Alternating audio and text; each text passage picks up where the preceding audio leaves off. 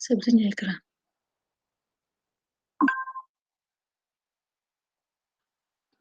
Hello students, how are you all?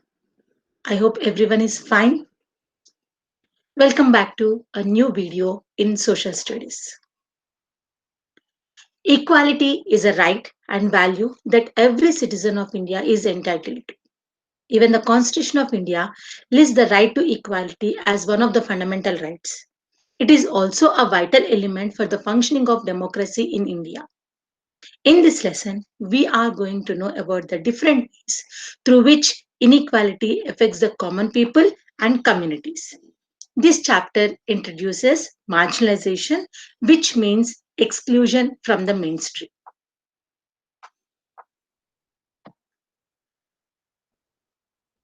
What does it means to be marginalized? If a community is marginalized, it means that it has been forced to occupy on the sides and peripheries and thus is not at the center of the things. Many times, people belonging to different social communities feel excluded from the whole society. So often, a person ends up feeling that he is not with it, as if what you say, feel, and think, and how you act are not quite right, are not acceptable to others. The reason for this marginalization could be that they belong to different caste or religion or speak different languages. Other reasons of getting marginalized could be of poor status, different religion, low caste, economic, social, cultural, and political factors that work together to make certain groups in the society feel marginalized. At times, these marginalized sections of society are treated with hostility and fear. Due to this, such sections do not have access to useful resources and are unable to take a stand in the society. They are also unable to assert their basic rights. Due to this, they are filled with a sense of powerlessness. Since they are being marginalized, these groups are unable to take against those communities who are dominant, wealthy, politically powerful, and own a land. Therefore, different spheres lead to marginalization. One such group of the marginalized groups are Adivasis. The term Adivasi means original inhabitants. These are communities who have lived in forest or have been in association with the forest. They constitute approximately 8% of the Indian population. Few of the most industrial centers and mining areas are located in Adivasi areas. These areas are Rourkela, Bokaro, Jamshedpur, Bhilai, etc. India has more than 500 different Adivasi groups. They are not a homogeneous population. Adivasis are prominent in states such as Jharkhand, Madhya Pradesh, Chhattisgarh, Odisha, Andhra Pradesh, Rajasthan, Gujarat, Maharashtra, West Bengal, Arunachal Pradesh, Mizoram, Meghalaya, Assam, Nagaland, Manipur, and Tripura. Odisha Odisha is a more home to more than 60 different tribal groups. Adivasi societies have very little hierarchy among. Due to this, these societies are very distinctive. Due to this feature, they are radically different from those communities who believe in caste. They practice their own tribal religions, who is completely different from other religions prevalent in society, such as Hinduism, Sikhism, Christianity, etc. They worship they worship their ancestors, nature, and village spirits, etc. They worship village spirits as sacred groves present in the villages or in homes. Several surrounding religions such as Vishnu, Sakta, Bhakti, etc. Apart from that, the Adivasi religions have also influenced the prevailing religions that exist around them. These include Tantric and Shakti tradition in Assam and West Bengal, Puri Jagannath cults, etc. Meanwhile, in the 19th century, several Adivasi communities have converted to Christianity, which has emerged very important religion in the modern Adivasi history. Adivasis have their own language. Few of these languages are as old as Sanskrit and have influenced several regional languages such as Bengali. Among these Adivasi languages, Santali is the most spoken one in India. It also has its own body of publications and online portals dedicated to it. The Adivasis are referred as tribals. The government of India uses the term scheduled tribe to refer to these groups.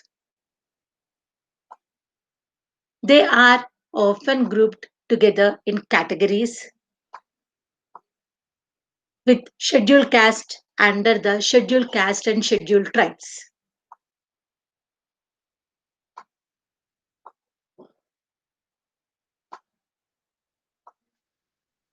In India, the Adivasis are showcased. In India, the Adivasis are showcased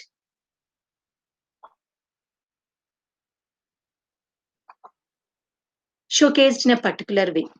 In India, the Adivasis are showcased in a particular way. During official events such as Republic Day or school programs or in movies, the Adivasis are portrayed as people with colorful costumes, headgears, and having different dance forms. Apart from that, the common people are unaware of their lives. Due to this, they believe that the Adivasis are backward, exotic, and primitive. Common people believe that Adivasis are resistant to new changes or ideas. Due to this, these groups often lack advancements. If stereotyping against Adivasis continues, it also leads to discrimination. Now, let us see what is the development the government has done towards the Adivasis. Since ancient times, the forests have been important for the development of different empires and civilizations in India. Animal products such as wax, honey, lac, animals such as elephant fur armies, invaluable timber, metals ores such as gold, silver, coal, diamonds, copper, all these came from these forests. Apart from that, in order to continue life, the mainstream population has to depend on population forest. It helps to recharge the rivers passing through that area and provides clean air and water as well. Until the 19th century, forest covered a major portion of India. Till then, the Adivasis had direct access, deep knowledge, and a major control over the vast tract of the forest. These areas controlled by Adivasis were not controlled by any kingdom or government until then. Instead, the earlier kingdoms were directly dependent on these Adivasis of forest in order to get access to certain resources. Nowadays, the Adivasis mainly have an image as the marginal and powerless communities. During the British rule, they were the traditional hunters, gatherers, and nomads. They lived by cultivating at one place or even practicing shifting agriculture. In the last 200 years, the Adivasis have been forced to live as construction laborers, plantation workers, or joint industries. The government achieved this by enforcing forest policies, economic changes, and adapted political forces to achieve this. It was for the first time in history that these Adivasis had no control over their own land. Since 1930, the Adivasis from Chhattisgarh, Jharkhand, and adjoining areas started moving in huge numbers to plantations located in India and other countries such as Mauritius, the Caribbean, and even Australia. The tea estates in Assam thrived because of this reason. Due to this, the state has over 70 lakh tribals. The event regarding the tribals' migration is full of extreme torture, hardships, and deaths. In order to get land for setting up industries and agriculture, the government has ordered to clear the forest land and for timber many times. Adivasis have continued to reside in these areas, which is rich in minerals and other natural resources. The government has taken over these areas for mining and setting up industries. The political forces have often harassed these tribals in order to evacuate them from the tribal land. Most of the times, while the government has taken away and forcefully, these land forcefully, they do not follow the required procedures. The official figure states that 50% of people who were displaced until now due to mining projects include tribals. Another survey states that around 79% of people displaced from Andhra Pradesh, Chhattisgarh, Jharkhand, and Odisha are tribals. Due to the building of dams, huge tracts of tribal lands have also gone under the water. Also, their lands are militarized in the northeast. Currently, our country has 104 national parks that cover a total area of 40,501 square kilometers. There are 453 wildlife sanctuaries that cover 1,18,918 square kilometers. In these areas, tribes resided originally but were forced to get evicted. When they continue to reside in these areas, they are termed as encroachers. When these tribals are evicted, they not only lose their livelihood but also traditions and customs, which is their main identity. As the tribes lose access to forest along with the lands, they also end up losing main sources of livelihood and food. Due to this, they migrate to the cities for work, where they get low wages at construction sites or industries. Due to this, they are caught in the cycle of deprivation and poverty. 35% of the tribals in the urban areas and 45% tribes in the rural areas live under below poverty line. Due to this, there is deprivation in other areas. Many tribal kids are malnourished. Illiteracy is prevalent among them. Now, coming to the minorities and marginalization. Minorities. Who are minorities? The Constitution of India provides safeguards to linguistic and religious minorities as a part of fundamental rights. It is used to refer to those communities whose numbers are smaller as compared to the rest of the population. It encompasses access to resources, power issues, and has cultural and social dimensions. You have studied earlier that the Constitution of India recognized majority of cultural influences in which a government and society may influence themselves. Due to this, the size would be a disadvantage and lead to the marginalization of a community. Small in size. These laws protect against any discrimination or a disadvantage a minority community could face. As the minorities have less population, the rest of the society may feel insecure and about their living beings, lives or assets. If the relation between majority and minority community are fraught, a sense of insecurity may get accentuated. The Constitution is committed to protect cultural diversity in India and promote justice and inequality.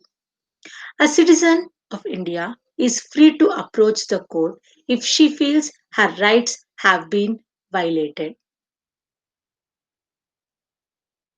Now, coming to the Muslims.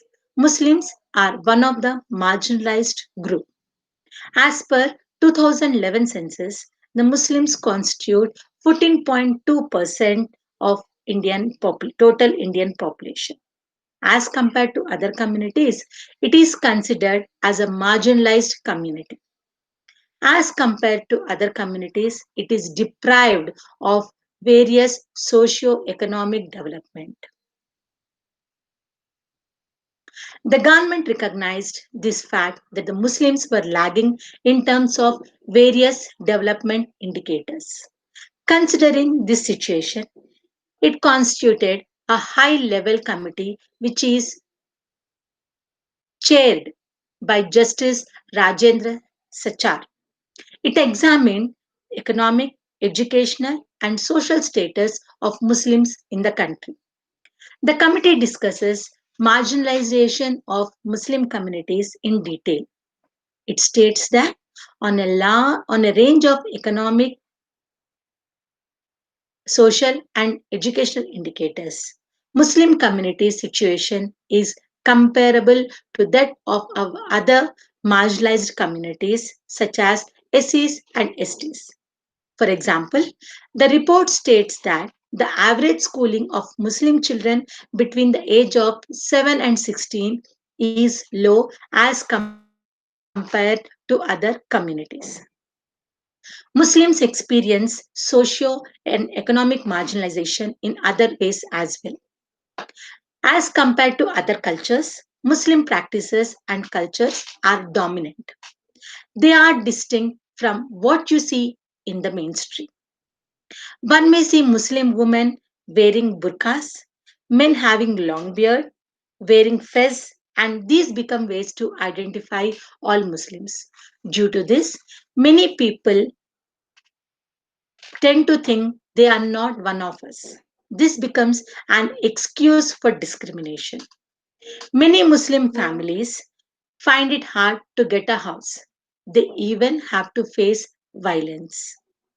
Marginalization is a complex phenomenon that needs a variety of measures, strategies, and safeguards to redress such situations. All of us need to protect the fundamental rights of others given in the Constitution. Without this, we will be unable to protect the diversity in India that makes our country unique. What are the laws? How to promote the social justice, and what are the laws that are taken for these marginalized groups will be discussed in the next chapter. Thank you.